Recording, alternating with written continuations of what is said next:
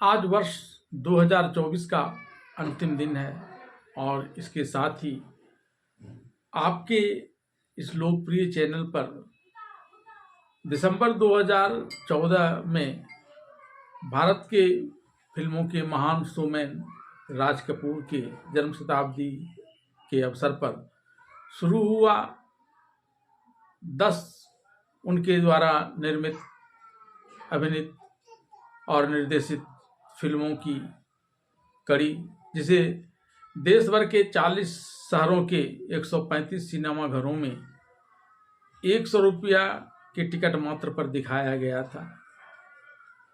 उसकी भी अंतिम कड़ी आज प्रदर्शित की जाएगी। उसके बारे में जानकारी दी जाएगी और सबसे बढ़कर तो यह महान शोमैन राज कपूर द्वारा निर्देशित अंतिम फिल्म भी थी। यानी यहाँ अंतिम का एक सिलसिला प्रारंभ हो गया, लेकिन इस अंतिम के सिलसिले से कई नवीन बातें सामने आ रही हैं जो चर्चा का विषय वस्तु बना हुआ है। 1985 में आई इस फिल्म ने पहली बार गंगा के मैले होने की बात उठाई थी, जब राजनीतिक प्रश्न चिन्ह बन गया है।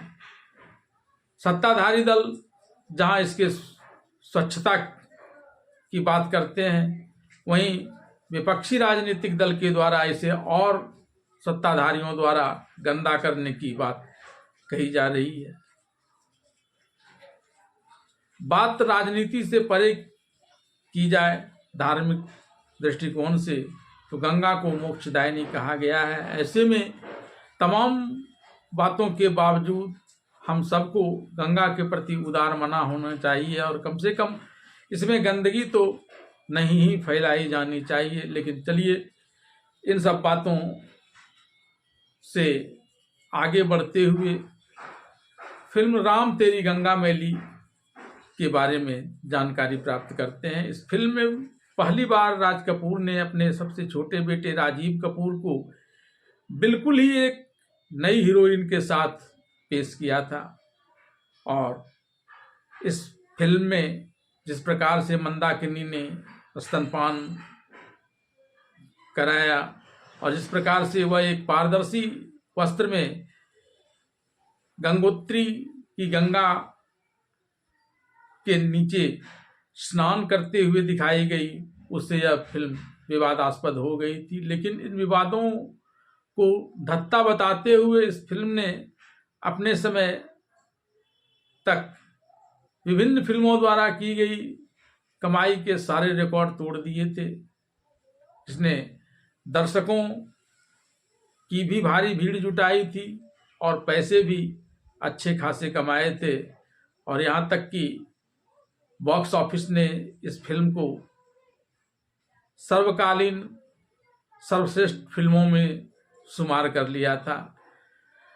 तो आइए चलते हैं इस बात की जानकारी जुटाने कि इस फिल्म की कथानक क्या है और क्या क्या दृश्यांकन इस फिल्म में किया गया है। बात फिल्म राम तेरी गंगा मैली की कहानी की जाए तो इस फिल्म में नरेंद्र सहाय उर्फ नरेन, जिसकी भूमिका राजीव कपूर ने निभाई है, जीवा सहाय, जिसकी भूमिका कुलभूषण खरबंदा ने निभाया है, का पुत्र है। वह कलकत्ता में एक अमीर राजनेता है। नरेन पवित्र नदी गंगा के स्रोत का अध्ययन करने और व्हील चेयर का उपयोग करने वाली अपनी नानी के लिए कुछ पवित्र जल लाने के लिए गंगोत्री जाते हैं। वहाँ उनकी मुलाकात गंगा सिंह, जिसकी भूमिका मंदाकिनी ने निभाई है, नाम की एक बहुत सुंदर लड़की से होती है। गंगा अपने भाई करम, जिसकी भूमिका टॉम अल्टर ने निभाया है, के साथ गंगोत्री के पास रहती है। नरेन गंगा को झरने के नीचे एक सफ़ेद साड़ी में नहाते हुए देखता है और वह भी पवित्र जल इकट्ठा करने में उसकी मदद करती है। जल्दी वे दोनों प्यार में पड़ जाते हैं और शादी करने के साथ साथ एक साथ रहने का फैसला करते हैं। वे खुशी खुशी ब्याह करते हैं और साथ रहने लगते हैं। लेकिन अचानक नरेन को कलकत्ता लौटना पड़ता है क्योंकि वह अपने माता पिता को गंगा के बारे में समझाना चाहता था। कलकत्ता जाते समय उसने गंगा से वादा किया कि वह जल्दी उसके पास लौट आएगा, लेकिन उसे वहाँ रोक लिया जाता है। नरेन के जाने के समय गंगा उसके बच्चे की माँ बनने वाली होती है और जल्दी वह एक बेटे की माँ बन जाती है। अपने बच्चे और अपनी सुंदरता के कारण उसे अपने घर पर कई समस्याओं का सामना करना पड़ रहा है। करम जो उसका भाई है उसको दुश्मनों के द्वारा मार दिया जाता है और गंगा अकेली रह जाती है। उसकी देखभाल करने वाला कोई नहीं होता। अंततः वह अपने पति नरेन के पास जाने का फैसला करती है। गंगा अपने पति को खोजने के लिए अपने घर गंगोत्री से कलकत्ता आना चाहती है। रास्ते में ऋषिकेश में उसका 2 महिलाओं और 1 पुरुष के द्वारा शोषण किया जाता है। फिर बनारस में उसके साथ छेड़छाड़ की जाती है। पुलिस ने बनारस में उसे बचाया और कलकत्ता का टिकट दिया, लेकिन वह मणिलाल नामक, जिसकी भूमिका कृष्ण धवन ने निभाई है, कि चंगुल में पड़ जाता है और उसे वह मणिलाल बनारस के ही एक वेश्यालय में बेच देता है।